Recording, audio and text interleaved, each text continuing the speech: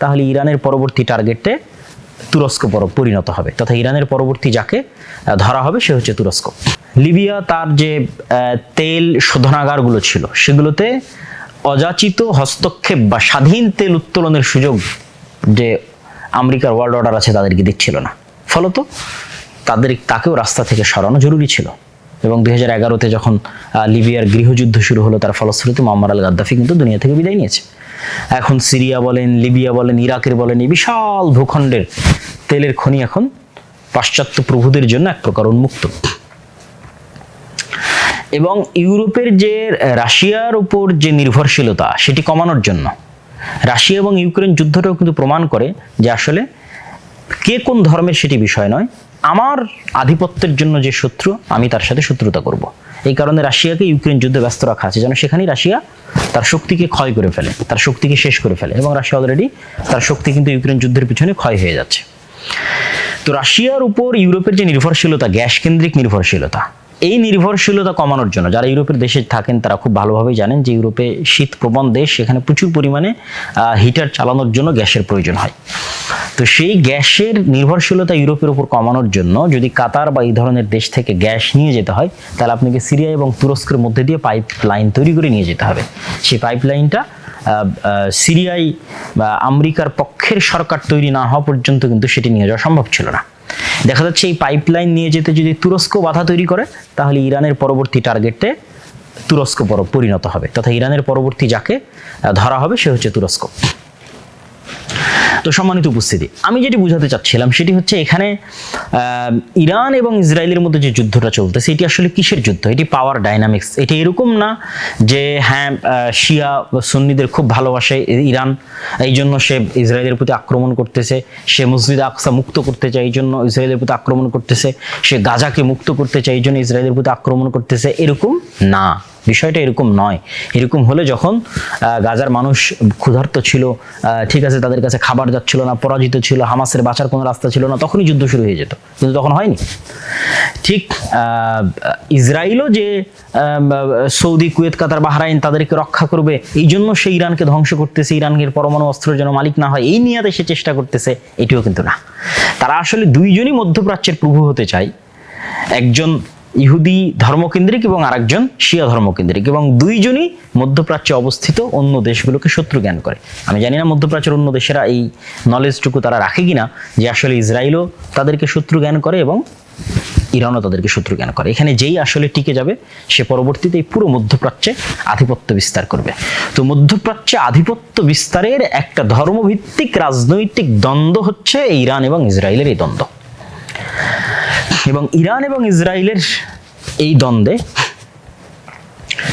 আমাদের যেটি সবচেয়ে বেশি শিক্ষার আছে সেটা হচ্ছে, দেখেন ইরানকে বারবার ডোনাল্ড ট্রাম্পের যে টুইট, আপনারা এক্স, এখন তো টুইটার না, এক্স প্ল্যাটফর্মে গিয়ে যদি আপনারা ডোনাল্ড ট্রাম্পের লাস্ট 4-5টা পোস্ট দেখেন তাহলে সেখানে তিনি স্পষ্টভাবে একজন প্রেসিডেন্ট পদের জায়গা থেকে স্পষ্টভাবে থ্রেটমূলক বাক্য উচ্চারণ করে তিনি বলছেন যে আমি বারবার ইরানকে বলেছি যে তোমরা একটা পারমাণবিক চুক্তি করো, ঠিক আছে, আমাদের সাথে নেগোসিয়েশনে আসো, না হলে 60 দিনের সময় 61 দিন থেকে তোমাদের খবর আছে, অমুক আছে তুমুক আছে, আমেরিকা বিশাল অস্ত্রের অধিকারী, ধ্বংস করে দিবে, শেষ করে দিবে, অসংখ্য, মানে সব ভয়াবহ রকমের সব থ্রেট।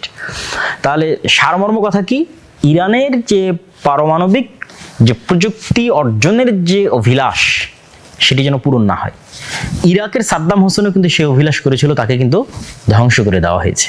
তাহলে বিষয়টা কি বোঝাচ্ছে যে বর্তমান পৃথিবীতে কিন্তু প্রযুক্তির যুদ্ধ চলতেছে, জ্ঞানের যুদ্ধ চলতেছে, যে আপনি পারমাণবিক বম কিভাবে বানায় এই জ্ঞান এবং এই প্রযুক্তিটা আপনি অর্জন করবেন এটা পৃথিবীর কেউ সহ্য করতেছে না। সে আপনি ইহুদি হন, খ্রিস্টান হন, বৌদ্ধ হন, সেটা পরের বিষয়, কিন্তু আপনি যেন এই জ্ঞান না পান। এর আরেকটা আপনাদেরকে উদাহরণ দেই, যেমন ধরেন চায়না যেন চিপ বা সেমিকন্ডাক্টরের যে নলেজ এটাতে যেন টপ লেভেলে না পৌঁছতে পারে, এই জন্য চায়নার উপর কিন্তু এই কেন্দ্রিক নিষেধাজ্ঞা দেওয়া আছে। এরকম বলা যায় 7 থেকে 8টা টপ লেভেলের প্রযুক্তি এবং টেকনোলজি আছে যেটা আমেরিকা চায় না যে অন্য কেউ এই প্রযুক্তি পরিপূর্ণরূপে তার কাছে চলে যাক। তার মধ্যে যেমন পারমাণবিক প্রযুক্তি আছে, মিসাইল অ্যান্ড ডিফেন্স সিস্টেম আছে, ঠিক তেমনি এআই এবং সাইবার ইন্টেলিজেন্স প্রযুক্তি আছে, স্টিলথ টেকনোলজি, এই যে স্টিলথ ফাইটার জেটের কথা বলা হচ্ছে 35, এই স্টিলথ টেকনোলজি হচ্ছে রাডারকে ফাঁকি দেওয়ার টেকনোলজি। এই টেকনোলজি অন্য কেউ পেয়ে নিক এটা কখনোই আমেরিকা চায় না।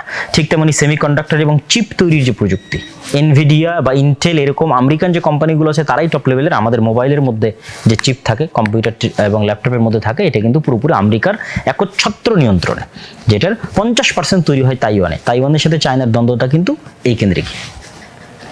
তথা আমি আপনাদের যেটি বুঝাতে চাচ্ছি যে পুরো পৃথিবীতে বর্তমান যে যুদ্ধটা চলতেছে, ইরান এবং ইসরায়েলের যে যুদ্ধ চলছে, এটা জ্ঞানের যুদ্ধ, এটা প্রযুক্তির যুদ্ধ। এবং জ্ঞান এবং প্রযুক্তিতে যে এগিয়ে, ক্ষমতা তার হাতে। রাশিয়ার সাথে যে দ্বন্দ্ব, চায়নার সাথে যে দ্বন্দ্ব, এটা জ্ঞান এবং প্রযুক্তির দ্বন্দ্ব। কিন্তু দুঃখজনক হলো সত্য যে আমরা মুসলমানেরা কিন্তু সেই জ্ঞান এবং প্রযুক্তি থেকে অনেক অনেক পিছিয়ে আছি। এবং আরেকটা বিষয়ে আমরা পিছিয়ে আছি, একে তো আমরা জ্ঞান এবং প্রযুক্তি থেকে মুসলমানরা পিছিয়ে আছি, এবং আরেকটা বিষয়ে আমরা সবচেয়ে বেশি পিছিয়ে আছি, সেটি হচ্ছে দেখেন যে অপারেশন ইসরায়েল পরিচালনা করছে, এই অপারেশনের নাম ইসরায়েল দিয়েছে রাইজিং লায়ন।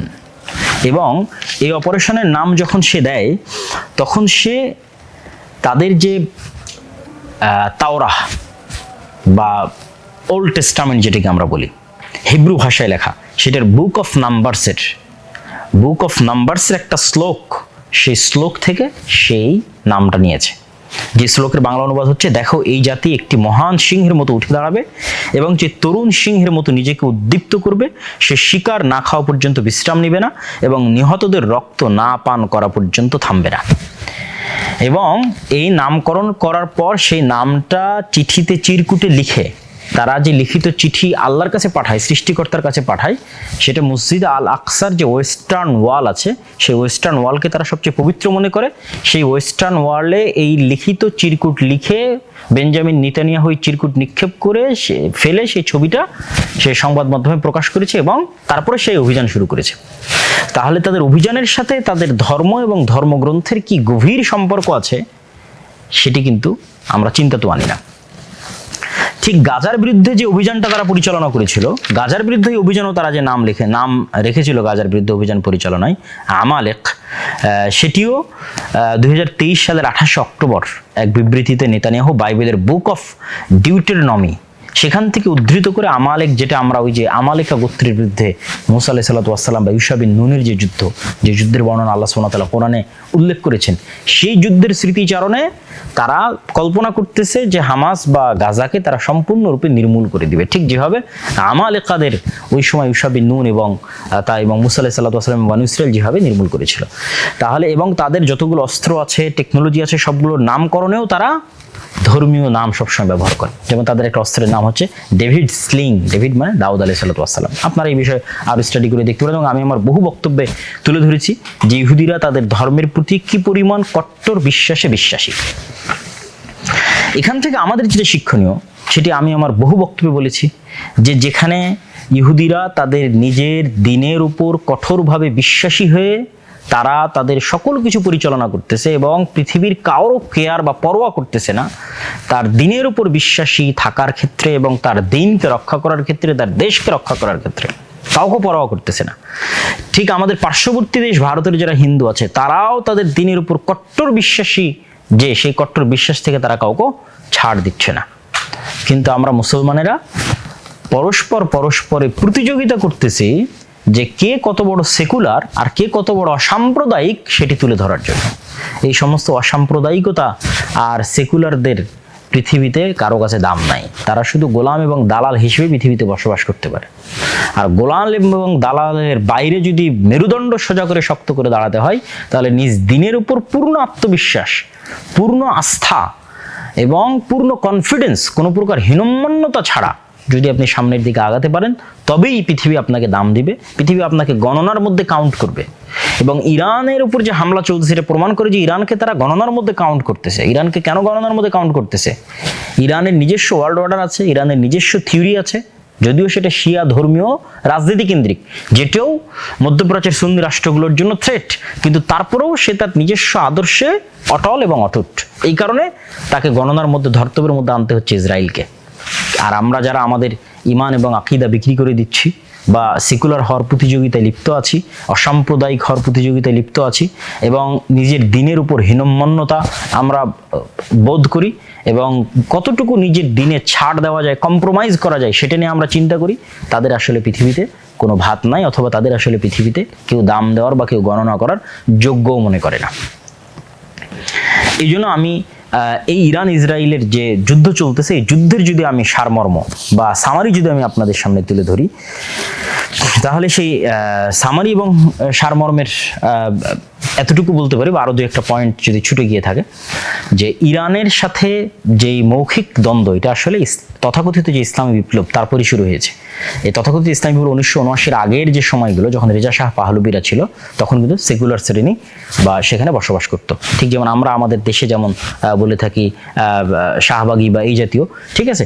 তো ইসরায়েলও কিন্তু চাচ্ছে যে ওই জাতীয় কেউ ইরানের ক্ষমতায় আসুক, যে সেকুলার হবে, অসাম্প্রদায়িক হবে, ছাড় দিবে, কম্প্রোমাইজ করবে, এবং ওই রেজা শাহ পাহলবির বংশধরদেরকে পুনরায় ইরানে বসানোর জন্য কিন্তু তারা চেষ্টা করতেছে।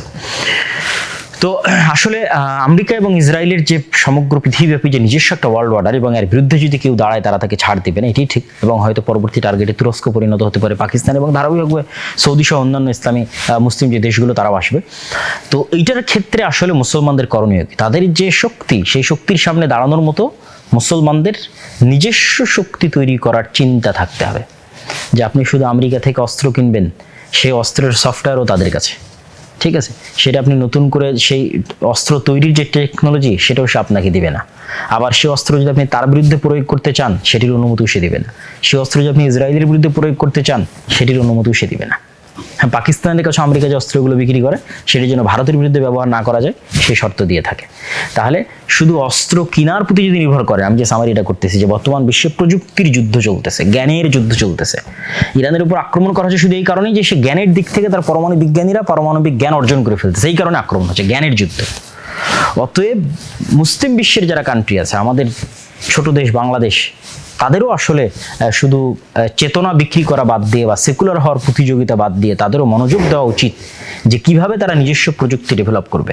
বর্তমান যে ফিফথ জেনারেশনের যে যুদ্ধগুলো পরিচালিত, বা ফোর্থ এবং ফিফথ জেনারেশনের যে যুদ্ধগুলো পরিচালিত হচ্ছে, এই যুদ্ধগুলোতে ড্রোনের ভূমিকা, এয়ার ডিফেন্স সিস্টেমের ভূমিকা, ঠিক আছে, এবং সাইবার অ্যাটাকের ভূমিকা, এগুলো তো আপনারা ভারত পাকিস্তান এবং বর্তমান ইরান ইসরায়েল যুদ্ধে যারা মোটামুটি অবজার্ভ করেছেন তারা খুব ভালোভাবে জানেন। এই প্রত্যেকটা সেক্টরে বাংলাদেশ পিছিয়ে আছে। বাংলাদেশের এয়ার ডিফেন্স সিস্টেম বলতে কিছুই নেই, বাংলাদেশের ড্রোন ব্যবস্থা বলতে কিছুই নেই, বাংলাদেশের ফাইটার জেট আক্রমণ করবে, ঠিক আছে, বা মিসাইল সিস্টেম, ক্ষেপণাস্ত্র নিক্ষেপ করবে, কিছুই নেই। এগুলো প্রত্যেকটাতে আমরা পিছিয়ে আছি। আমাদের পার্শ্ববর্তী কোনো দেশ যদি আমাদের উপর আক্রমণ করে, যেমনটা ইসরায়েল ইরানের উপর করেছে, তাহলে ইরানের যে অবস্থা আছে তার হাজার গুণ খারাপ অবস্থায় বাংলাদেশের। আর আমাদের যুব সমাজ ব্যস্ত আছে কিসে? জুয়া, নেশা, মদ, খেলতামাশা। আর ইসরায়েলের ইহুদিরা কিসে ব্যস্ত আছে? জ্ঞান, গবেষণা, ঠিক আছে, নতুন নতুন প্রযুক্তি, জীবন দেওয়া। প্রত্যেকটা ইসরায়েলের নাগরিকের জন্য যুদ্ধের ট্রেনিং নেওয়া জরুরি, ফরজ। সবাইকে 2 বছরের জন্য যুদ্ধের ট্রেনিং নিতে হয়, তারপরে তারা নিজ নিজ কাজে ব্যস্ত থাকে। যুদ্ধ শুরু হলে আবার তাদের অ্যাক্টিভ হতে হয়, ঠিক আছে। এটাই তাদের জীবনের লক্ষ্য এবং উদ্দেশ্য। আর আমাদের জীবনের কোনো লক্ষ্য নেই, কোনো উদ্দেশ্য না। তো আমাদের নবী মুহাম্মদ সাল্লাল্লাহু আলাইহি ওয়াসাল্লাম আমাদের জন্য জীবনের লক্ষ্য এবং উদ্দেশ্য দিয়ে গেছেন, কিন্তু আমরা লক্ষ্যহীন উদ্ভ্রান্তের মতো ঘুরে বেড়াচ্ছি, এবং তথা কোনো প্রকার প্রোডাক্টিভিটি ছাড়া শুধু গীবত করা, মারামারি করা, গন্ডগোল করা, কোনো প্রোডাক্টিভ কাজ নাই, কোনো গঠনমূলক কাজ নাই, ঠিক আছে। ফেসবুক, ইউটিউব, টুইটারে সময় নষ্ট করা, কোনো লাইফ স্টাইলের কোনো টাইম ম্যানেজমেন্ট নাই, যে আমার লাইফ স্টাইল কীভাবে হবে। স্বাস্থ্যের প্রতি কোনো খোঁজ নাই, যে আমি স্বাস্থ্য ঠিক রাখবো, সময়কে কাজে লাগাবো, টাইমকে ঠিকভাবে কাজে লাগাবো, কিছুই নাই। শুধু সময় নষ্ট এবং গল্প, গীবত, তহমতের মাধ্যমে আমাদের সময় পার হয়ে যাচ্ছে। অর্থাৎ ভাইরা, আমাদের জন্য করণীয় কি? এই দিন আমাদের সামনেও আসবে, এবং সেই দিনের প্রস্তুতি হিসেবে আমাদের জ্ঞান, বিজ্ঞান এবং প্রযুক্তি, পড়াশোনা, প্রোডাক্টিভ লাইফ সামনে এগিয়ে যেতে হবে, এবং নিজ নিজ জায়গা থেকে সর্বোচ্চ চেষ্টা করতে হবে। এটাই মুক্তি, এটা ছাড়া মুক্তির কোনো রাস্তা নেই। হ্যাঁ, আমরা হয়তো শক্তি দিয়ে তাদের সাথে পারবো না, কিন্তু শক্তির বিষয়ে আল্লাহ সুবহানাহু ওয়া তাআলা, যেটা বলে আমি আমার বক্তব্য শেষ করব, শক্তির বিষয়ে আল্লাহ সুবহানাহু ওয়া তাআলা বলেছেন, ফাআম্মা আদুন ফাস্তাকবারু ফিল আরজ বিগাইরিল হাক্কি ওয়া ক্বালু মান আশাদ্দু মিন্না কুওয়া। আদ জাতিকে যখন ধ্বংসের ঘোষণা আল্লাহ দিয়েছিলেন, তখন আদ জাতি বলেছিল যে বর্তমান পৃথিবীতে আমাদের চেয়ে শক্তিশালী কে আছে? মান আশাদ্দু মিন্না কুওয়া। যেমন আজকে আমেরিকা, ইসরায়েল বলতে পারে যে সব টেকনোলজি তো তাদের কাছে, পৃথিবী তার কারো কাছে কোনো টেকনোলজিই নাই। যে 2-1টা মুসলিম দেশ তাদের কাছে টেকনোলজি কিনেছে, সেগুলো তো তারা তাদের বিরুদ্ধে ব্যবহার করতে পারবে না। সুতরাং তাদের চেয়ে সুপার পাওয়ার পৃথিবীতে কেউই নাই, এটাই সত্য কথা। কিন্তু আল্লাহ সুবহানাহু ওয়া তাআলা বলছেন আওয়ালাম ইয়ারাও আন্নাল্লাহাল্লাযী খালাকাহুম হুয়া আশাদ্দু মিনহুম কুওয়া। মানুষেরা কি জানে না যে আমেরিকার ইসরায়েল যদি সুপার পাওয়ার হয় তো আমেরিকার ইসরায়েলকে কে সৃষ্টি করেছে? এই আমেরিকা আল্লাহ নিজে কোরআনে বলছে আওয়ালাম ইয়ারাও আন্নাল্লাহাল্লাযী খালাকাহুম, যে আমেরিকা এবং ইসরায়েলকে যে আল্লাহ সৃষ্টি করেছে সে আল্লাহ তো তাদের যে শক্তিশালী। আমেরিকা এবং ইসরায়েল যদি আজকের সকল জ্ঞান বিজ্ঞান এবং টেকনোলজির মালিক হয়ে শক্তিশালী হয় তো এগুলো সবগুলোর সৃষ্টিকর্তা হচ্ছেন আল্লাহ সুবহানাহু ওয়া তাআলা। আমেরিকা এবং ইসরায়েলের সৃষ্টিকর্তা, এই টেকনোলজি, ড্রোন, এয়ার ডিফেন্স সবগুলোর সৃষ্টিকর্তা আল্লাহ সুবহানাহু ওয়া তাআলা। তাহলে আল্লাহ হচ্ছেন তাদের চেয়ে শক্তিশালী। তো আল্লাহ অবশ্যই অলৌকিক কিছু ঘটাতে পারেন, ঘটাবেন, ঘটান, ঘটিয়ে থাকেন, ভবিষ্যতেও ঘটাবেন, কিন্তু তাদের জন্যই ঘটান যারা পাওয়ার যোগ্য। ফিরআউনকে মুসা আলাইহিস সালাতু ওয়াস সালাম তার শক্তি দিয়ে পরাজিত করবে এরকম কোনো শক্তি মুসা আলাইহিস সালাতু ওয়াস সালামের কাছে ছিল না, এই জন্য তাকে পালিয়ে যেতে হচ্ছিল। কিন্তু আল্লাহ পৃথিবীর ইতিহাসের সবচেয়ে ব্যতিক্রম অলৌকিক ঘটনা ঘটিয়ে ফিরআউনকে ধ্বংস করে দিয়েছেন। তো এইরকমই কোনো অলৌকিক ঘটনার মাধ্যমে আল্লাহ ধ্বংস করতে পারেন, কিন্তু সেটার জন্য যে চেষ্টা, যে কনিষ্ঠতা, যে ইখলাস, সেটা কিন্তু আমাদের নাই, যে ত্যাগ, সেটা কিন্তু আমাদের নাই। আমাদের যে ইউরোপীয় উপনিবেশ, পুরো মুসলিম বিশ্বের সকল মুসলমানদের সমস্যা হচ্ছে, উৎস হচ্ছে ইউরোপীয় উপনিবেশ। এই যে আফ্রিকায় যে সমস্যা, ইব্রাহিম ত্রাওরে, ঠিক আছে, বুরকিনা ফাসোর যে আফ্রিকান মুসলমানদের উপর যে ফ্রান্সের যে উপনিবেশ, ঠিক আছে, যে আপনার টাকা কেন্দ্রীয় ব্যাংক, ফ্রান্সের কেন্দ্রীয় ব্যাংকই রাখতে হবে, অসংখ্য যে শর্তগুলো, এটা না দরকার, আমরা আরেকদিন আলোচনা করবো ইনশাআল্লাহ। তো এই যে উপনিবেশ, আফ্রিকায় উপনিবেশ, বর্তমান পাকিস্তান, ভারত এবং কাশ্মীরের দ্বন্দ্ব, এটাও উপনিবেশের সৃষ্টি, ফিলিস্তিন ইসরায়েলের দ্বন্দ্ব, এটাও উপনিবেশের সৃষ্টি। এই 190 বছরের উপনিবেশ মুসলমানদেরকে এমন, মুসলমানদের জিনের মধ্যে, ব্লাডের মধ্যে এমনভাবে গোলামি, কলোনিয়াল মাইন্ড সেট আপ ঢুকিয়ে দিয়েছে যে মুসলমানেরা তাদের আত্মমর্যাদা, আত্মসম্মান ভুলে গেছে। তাদের একটা টাকার জন্য মিথ্যা বলা, একটা টাকা বেশি ইনকাম করার জন্য দুর্নীতি করা, এটি তাদের মজ্জাগত স্বভাব। ধোঁকা দেওয়া, এটি তাদের মজ্জাগত স্বভাব। এই জন্য মুসলমানদের কিনে নেওয়া আমেরিকা এবং ইসরায়েলের কাছে 1-2 মিনিটের ব্যাপার। এই যে ইরানের মধ্যে এত মুজাদের গোয়েন্দা কিভাবে অর্থের কাছে বিক্রি হয়ে যাওয়া, ঠিক আছে। আর অন্যদিকে একটা ইহুদি গোয়েন্দা যদি বুঝতে পারে সে ধরা পড়বে, তাহলে সে বিষ পান করে মারা যাবে। কি পরিমাণ তার নিজের উপর আস্থা, ঠিক আছে। আর আমরা হচ্ছে আমাদের দিনকে বিক্রি করে দিব টাকার জন্য। এই টাকার জন্য বিক্রি করে দেবো, এই মেন্টালিটি আমাদের মধ্যে তৈরি হয়েছে কিভাবে? 190 বছরের গোলামির মাধ্যমে তৈরি হয়েছে। এই জন্য আল্লামা ইকবাল বলেছেন, সাবাক ফিরসে পার সাদাকাত কা, শুজাআত কা, আদালত কা, লিয়া জায়েগা তুঝসে কাম দুনিয়া কি ইমামত কা। যে মুসলমানেরা তোমরা সত্য বলা শিখো, ন্যায়পরায়ণ, আমানতদার হওয়া শিখো, আত্মমর্যাদা সম্পন্ন, আত্মবিশ্বাসী হওয়া শিখো, নিজের দিনের উপর কট্টর আস্থা এবং বিশ্বাস নিয়ে আসা, হীনম্মন্য না হওয়া, সেকুলারিজম, ডেমোক্রাসির মতো যে ওয়ার্ল্ড অর্ডার যেগুলো আছে, কেন্দ্রীয় বিশ্বায়নের, গ্লোবালাইজেশনের, এগুলোকে ছুঁড়ে ফেলে দেওয়া, আস্থা করে নিক্ষেপ করা এবং নিজের দিনের উপর অগাধ আস্থা এবং বিশ্বাস নিয়ে সামনের দিকে এগিয়ে যাওয়া এবং চেষ্টা করা এবং ত্যাগের মন মানসিকতা রাখা। যখন আপনি আপনার সর্বোচ্চ চেষ্টা এবং সর্বোচ্চ ত্যাগ করবেন ইখলাসের সাথে, তখন আল্লাহর সাহায্য অবশ্যই আসবে। তো সম্মানিত উপস্থিতি, আমরা যদি আমাদের পুরো আলোচনা সামারি করি, তাহলে আমরা এটি বলতে চাই যে ইরান এবং ইসরায়েলের যে যুদ্ধ, এটা পাওয়ার ডাইনামিক্স। এটা কি বলে ওর নাম, ইরান জেরুজালেমের খুব ভালো চাই, গাজার খুব ভালো চাই, এই জন্য হামলা করতেছে, অথবা ইসরায়েল সৌদি, কুয়েত, কাতার, বাহরাইনকে রক্ষা করবে ইরান থেকে, এরকম কিছু না। তাদের উভয়েরই লক্ষ্য তারা মধ্যপ্রাচ্যে তাদের শাসনকে প্রতিষ্ঠিত করবে। এই জন্য একজন আরেকজনকে সহ্য করতে পারতেছে না, কেন উভয়ই জ্ঞান বিজ্ঞান থেকে একজন আরেকজনের কাছাকাছি চলে আসছে। সেই জন্য তাদের মধ্যে এই ফাইটটা লাজেম, জরুরি ছিল, এটা হওয়ারই ছিল, এটা সংঘটিত হয়ে গেছে। কিন্তু এখান থেকে আমাদের জন্য যে শিক্ষাগুলো নেওয়ার আছে, মুসলিম উম্মার জন্য যে শিক্ষাগুলো নেওয়ার আছে, সেই শিক্ষাগুলো তাদেরকে নিতে হবে এবং সেভাবেই সামনের পথ আমাদেরকে বাছাই করার চেষ্টা করতে হবে। আল্লাহ সুবহানাহু ওয়া তাআলা আমাদের তৌফিক দান করুক, আল্লাহুম্মা আমিন। বিষয় হচ্ছে জ্ঞান। আমেরিকার কাছে যেটা সর্বোচ্চ পর্যায়ের প্রযুক্তি আছে, ওই প্রযুক্তি শুধু ইসরায়েলকে দেয়, শুধু ইসরায়েলকে। সৌদি আরব, কুয়েত, কাতার, বাহরাইন, দুবাই, এদের সাথে যত সম্পর্ক থাকুক, এদেরকে যে প্রযুক্তি দিবে সেটার চাইতে 500 বছর এগিয়ে প্রযুক্তি আছে আমেরিকার কাছে। তারপর এদেরকে যেটা দিবে সেটাও টাকার বিনিময়ে বিক্রি করবে, আসল প্রযুক্তি শিখাবে না। কোনো কিছু নষ্ট হয়ে গেলে ঠিক করতে যেতে হবে তাদের কাছে। এটা জ্ঞানের যুদ্ধ। এই জন্য দেখবেন যে ইরানের বড় বড় বিজ্ঞানীদের বাছাই করে করে হত্যা করা হচ্ছে। হামাসের বড় বড় যারা জ্ঞানী নেতা আছে তাদের বাছাই করে হত্যা করা হচ্ছে। উসমান হাদিকেও এই একই কারণে হত্যা করা হয়েছে। কেননা ওর মতো এত জ্ঞান নিয়ে এত উপস্থিত তর্ক বিতর্ক করার মতো কোনো ছাত্র নেতা ছিল না, নাই, এখনো নাই। এই জন্য জ্ঞানকে এবং সৎ সাহসকে বিশ্ব ভয় পায়। জ্ঞান এবং তার সাথে সৎ সাহস। জ্ঞানী অনেক মানুষ হতে পারে, কিন্তু কত জ্ঞানী আছে বিক্রি হয়ে যায় টাকার কাছে। কত জ্ঞানী নেবেন? ব্রেইন ড্রেইন বলে একটা কথা আছে, শিক্ষিত ছেলেরা বুঝতে পারবে, যে আমাদের দেশে কত মানুষ, কত মেধাবী সন্তান, যদি আমরা মেধা গুরুত্ব দিই না। আমেরিকা, ইউরোপ তারা তো মেধার মূল্যায়ন বুঝে, তারা মেধার মূল্যায়ন করে, তখন এখান থেকে মেধা চলে যায় আমেরিকায়, মেধা চলে যায় ইউরোপে, ওখানে গিয়ে সেটেল হয়ে যায়। এটাকে বলে ব্রেইন ড্রেইন, মানে মেধা পাচার, টাকা পাচারের মতো মেধা পাচার হয়ে যায়। তাহলে মেধা আছে, কত মেধাবী ছাত্র শিক্ষক নেবেন, কিন্তু বিক্রি, টাকার কাছে বিক্রি। কিন্তু মেধার পরেও থাকবে সৎসাহস, এটি ব্যতিক্রম। সৎ সাহস নিয়ে টাকার কাছে বিক্রি না হয়ে সেই মেধাকে কাজে লাগিয়ে দেশ ও জাতির জন্য কিছু করবে, এটা খুবই ব্যতিক্রম। এটা তেমন একটা ঘটে না। এই জন্য আমার সব বক্তব্যে বলেছি যে সর্বপ্রথম লাগবে জ্ঞান এবং শিক্ষা, তারপরে লাগবে সৎ সাহস, সততা, আমানতদারিতা, ন্যায়পরায়ণতা। সব বক্তব্যে বলা আছে যে আজকের মুসলমানদের সবচেয়ে বড় সংকট হচ্ছে, মুসলমানেরা যেহেতু দীর্ঘদিন ব্রিটিশদের গোলাম ছিল, সেহেতু তারা বানু ইসরাইল হয়ে গেছে। বানু ইসরাইল হয়ে যাওয়ার কারণে তারা মিথ্যা, দুর্নীতি, ধোঁকা এগুলোর সাথে যুক্ত হয়ে গেছে। ফলত তাদের মধ্যে নেতৃত্বের ক্রাইটেরিয়া নাই, নেতৃত্বের গুণ নাই।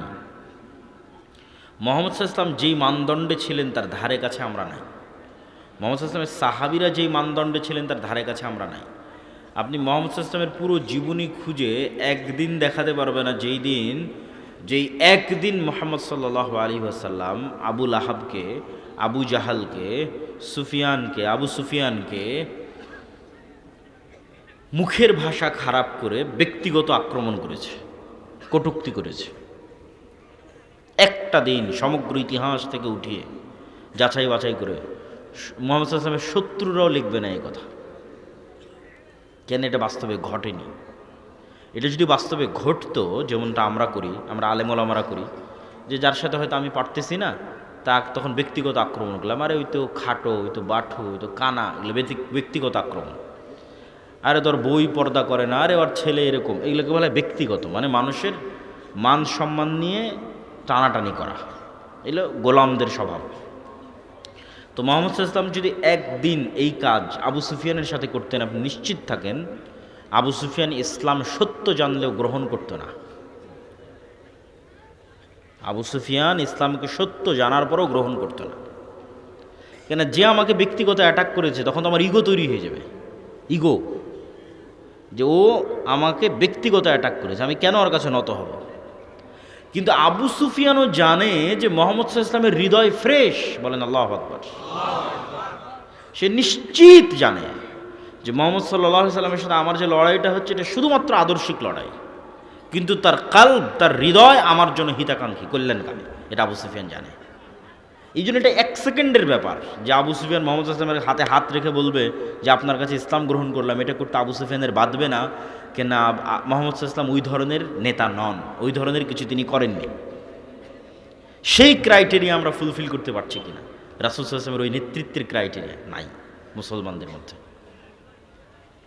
মুসলমানদের গোলামির স্বভাব ঢুকে যাওয়ার কারণে, দীর্ঘ 200 বছর ব্রিটিশদের গোলামি করার কারণে মুসলমানদের মানসিকতা হয়ে গেছে ন্যারো মাইন্ডেড, সংকীর্ণ, যেমনটা হয়ে গেছিল বানু ইসরাইলের।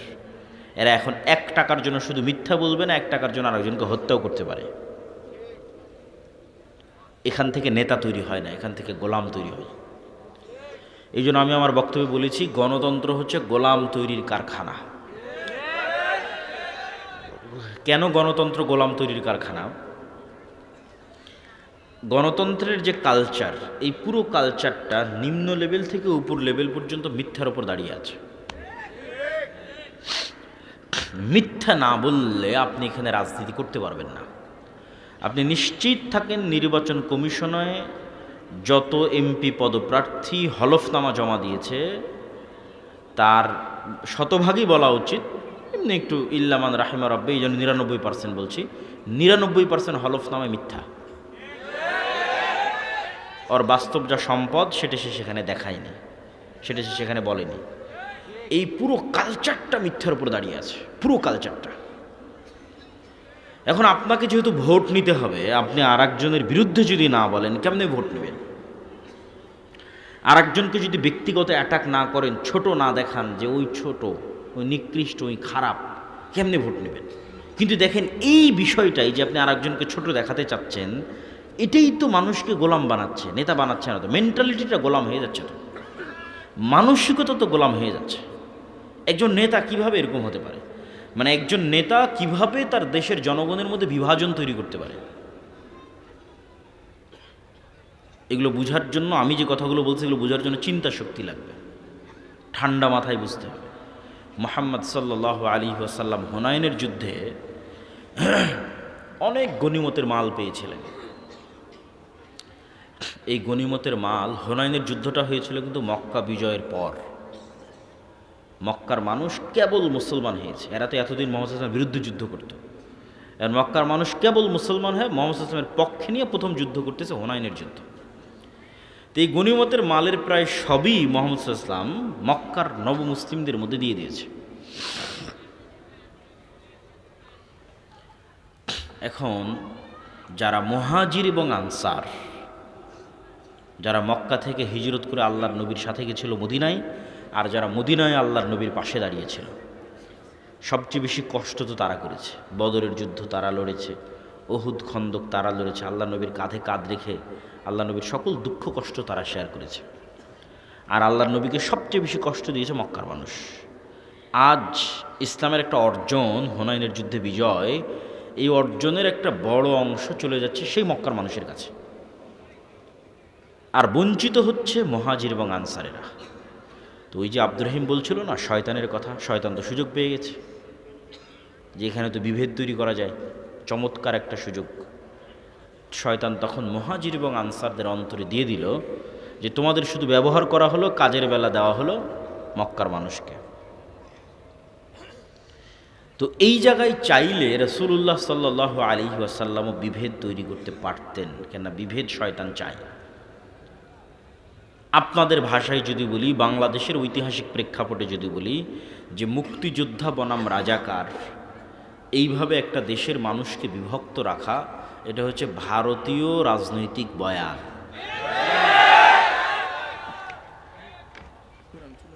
এই যে ভারতীয় রাজনৈতিক বয়ান, এই বয়ানটা আপনি ওই সময়ের প্রেক্ষাপটের সাথে মিলান যে রাসূলুল্লাহ সাল্লাল্লাহু আলাইহি ওয়াসাল্লাম চাইলে ওই সময়ে যে শয়তান যে বিভেদ তৈরি করলো, সেই বিভেদটা কিন্তু চলমান রাখতে পারতেন। কিন্তু তিনি সেই বিভেদটা কিভাবে চাপা দিচ্ছেন দেখেন। তিনি মদিনার মানুষকে ইমোশনালি হিট করলেন। ইমোশনাল ইন্টেলিজেন্স, ইমোশনাল কৌশলে রাসূল সাল্লাল্লাহু আলাইহি সাল্লামের চেয়ে সেরা পৃথিবীতে কেউ নাই। তিনি ইমোশনালি মদিনার মানুষকে বললেন, এই কথার গুরুত্ব আছে। মুহাম্মদ সাল্লাল্লাহু আলাইহি সাল্লামের বাড়ি মক্কা, ঘর মক্কা, যৌবন মক্কা, কিশোর মক্কা, আত্মীয় স্বজন মক্কা, কষ্টও দিয়েছে মক্কার মানুষ। মুহাম্মদ সাল্লাল্লাহু বললেন, মদিনার মানুষ, এখন তো মক্কা বিজয় হয়ে গেছে, চাইলে তুমি মক্কায় থাকতে পারেন, মন এটাই টানবে। মক্কা বিজয় হয়ে গেছে যেহেতু, মক্কায় আমার শৈশব কৈশোর যৌবন, মন এটাই চাইবে যে আমি মক্কায় থাকি, এটাই স্বাভাবিক। মুহাম্মদ সাল্লাল্লাহু আলাইহি সাল্লাম বলেন, মদিনার মানুষ, মক্কার মানুষ নিয়ে গেল সকল গনিমতের মাল, আর তোমরা নিয়ে যাবে মুহাম্মদ সাল্লাল্লাহু আলাইহি ওয়াসাল্লামকে। বলেন আল্লাহু আকবার। কোথায় হিট করেছে রাসূল সাল্লাল্লাহু আলাইহি ওয়াসাল্লাম দেখেন। মদিনার মানুষের চোখে পানি, যে এর চেয়ে বড় ভালোবাসার নিদর্শন আর কি হতে পারে, যে স্বয়ং মুহাম্মদ সাল্লাল্লাহু আলাইহি ওয়াসাল্লাম আমাদের সাথে আমাদের বাড়িতে এবং ঘরে ফিরে যাবে, এবং তিনি আমাদের সাথেই থাকবে, আমাদের শহরে মারা যাবে, আমাদের সাথে খাবে এবং উঠবে। এটা তো সারা পৃথিবীতে ক্রয় করা যাবে না। এই সামান্য গনিমতের মালের বা কী দাম আছে? এই যে আল্লাহর নবী তার জাতিকে বিভক্ত হতে দিলেন না, এক রাখলেন। নেতা কখনো তার জাতিকে বিভক্ত করতে পারে না, কিন্তু গণতন্ত্র শিখাই বিভক্তি। এখানে বিভক্তি তৈরি না করলে আপনি রাজনীতি করতে পারবেন না। আর যখনই আপনি বিভক্তির পথে আগাবেন, তখনই আপনাকে গীবত করতে হবে, দুর্নাম করতে হবে, মিথ্যা বলতে হবে। অন্যের বিরুদ্ধে তো বহু পরে। আপনি যদি একটা নির্দিষ্ট দলেরও রাজনীতি করেন, ওই দলেরই মনোনয়ন নেওয়ার জন্য ওই দলের অন্য মনোনয়ন প্রার্থীর সাথে আপনাকে যেই অসম প্রতিযোগিতায় লড়তে হবে, সেই অসম প্রতিযোগিতায় টাকার খেলা আছে, মিথ্যার খেলা আছে, দুর্নীতির খেলা আছে। আপনি ওই টাকার, ওই মিথ্যা, ওই দুর্নীতির খেলা না খেললে আপনি নিজেই নিজের দলের মনোনয়ন পাবেন না। তাহলে আমি কি বলতে চাচ্ছি যে গণতন্ত্র টপ টু বটম পুরো কালচারটা যেই সিস্টেমের উপর দাঁড়িয়ে আছে, এই সিস্টেমটা মিথ্যার সিস্টেম, গিবত এবং পরনিন্দার সিস্টেম। আর মিথ্যা, গিবত, পরনিন্দা কার স্বভাব? হ্যাঁ, শয়তানের তো অবশ্যই, কিন্তু আমি যেই টপিকে আছি, গোলামের স্বভাব। কার স্বভাব? আর একটু জোরে বলেন, কার স্বভাব? গোলামের স্বভাব। তাহলে এই কালচারের মধ্যে দিয়ে যত এমপি সংসদ ভবনে যাচ্ছে, এরা স্বাধীন না গোলাম? গোলাম। এরা নেতা না গোলাম? গোলাম। এই জিনিসটা যেই দিন আপনি বুঝে যাবেন, সেই দিন আমার মেসেজ আপনাদের কাছে ক্লিয়ার হয়ে যাবে যে আমরা প্রকৃত নেতা তৈরি করতে চাচ্ছি। আমরা চাচ্ছি যে মুসলমানদের মধ্যে প্রকৃত নেতা তৈরি হোক। এই গণতন্ত্র তো গোলাম তৈরি করতেছে। যে আজকে টাকা দিয়ে মনোনয়ন কিনেছে, সে কাল এমপি হওয়ার পর, মন্ত্রী হওয়ার পর, এমনকি প্রাইম মিনিস্টার হওয়ার পর টাকার কাছে বিক্রি হয়ে যাবে।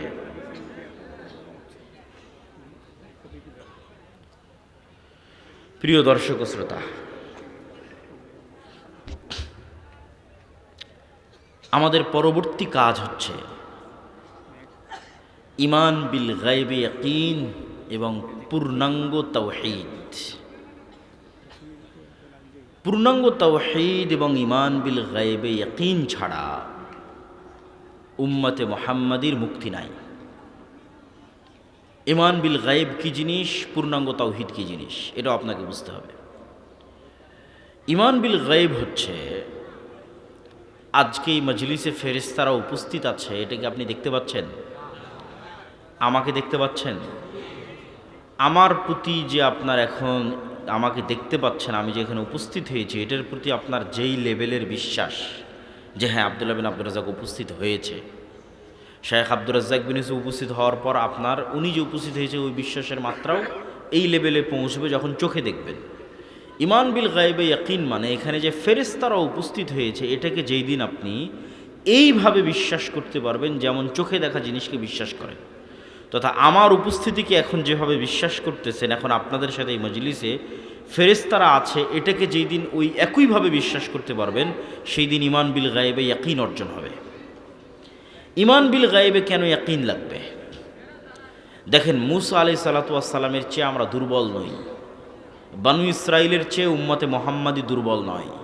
এই তুলনাটা আপনাকে বুঝতে হবে যে মূসা আলাইহিস সালাতু ওয়াস সালাম এবং বানু ইসরাইলের সাথে উম্মতে মুহাম্মাদি এবং মুহাম্মদ সাল্লাল্লাহু আলাইহি ওয়াসাল্লামের উম্মতের বর্তমান অবস্থার তুলনা। মূসা আলাইহিস সালাতু ওয়াস সালামকে যেই দিন নবুয়তের দায়িত্ব দেওয়া হচ্ছে, ওই দিন মূসা আলাইহিস সালাতু ওয়াস সালাম মানুষের বাড়ির কাজের লোক। যেই দিন মূসা আলাইহিস সালাতু ওয়াস সালামকে নবুয়তের দায়িত্ব দেওয়া হচ্ছে, সেই দিন মূসা আলাইহিস সালাতু ওয়াস সালাম পলাতক, আসামি। যেই দিন মূসা আলাইহিস সালাতু ওয়াস সালামকে নবুয়তের দায়িত্ব দেওয়া হচ্ছে, সেই দিন মূসা আলাইহিস সালাতু ওয়াস সালামের পরিবার পরিজন, আত্মীয় স্বজন, কোনো কিছুর কোনো নাম ধাম পরিচয় কিছুই নাই। নাম ধাম পরিচয় নাই কেন? ইউযাব্বিহুনা আবনাআকুম ওয়া ইস্তাহয়ুনা নিসাআকুম ওয়া ফী যালিকুম বালাউম মির রাব্বিকুম আযীম। কেননা ফেরাউন তাদের সন্তানদের, পুরুষ সন্তানদের জীবিত হত্যা করত এবং নারী সন্তানদের বাঁচিয়ে রাখত। তাহলে মূসা আলাইহিস সালাতু ওয়াস সালামকে তার মা পরিচয় দিতে পারবে না যেটা আমার ছেলে, কেননা পরিচয় দিলে হত্যা করা হবে। তাহলে বাংলাদেশের কুমিল্লার ছোটনার একটা সাধারণ মানুষকে আমি আজকে বললাম, তুমি যাবা আমেরিকা, দাওয়াত দিবা ডোনাল্ড ট্রাম্পকে। এইটা যতটা ব্যতিক্রম,